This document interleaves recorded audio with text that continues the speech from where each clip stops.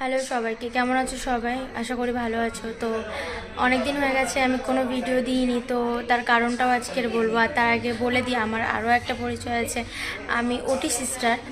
তো আজকের ওই কারণেই আমি কথা বলবো যে আমি কেন এতদিন ভিডিও দিতে পারিনি। তো তার একটাই কারণ, আমার ঠাম্মা খুবই অসুস্থ ছিল। আর এতটাই অসুস্থ হয়ে পড়েছিল যে ওনাকে চিত্তরঞ্জনে অ্যাডমিট করতে হয়েছিল। তো মাথা কাজ করছিল না ওই সময়। আমি লাস্ট ভিডিও যেদিন দিয়েছি সেই দিনই অ্যাডমিট হয়েছে আমার ঠাম্মা। তো আমি সঙ্গে সঙ্গে ওখান থেকে ছুটে চিত্তরঞ্জনে, মানে আমার এখান থেকে ছুটে চিত্তরঞ্জনে যাই। ওখানে গিয়ে ঠাম্মাকে অ্যাডমিট করা থেকে শুরু করে তারপরে কদিন তো ডিউটি, এখানে হসপিটাল ডিউটি করছি, তারপর আবার ওখানে গিয়ে ওখানে ডিউটি করছি।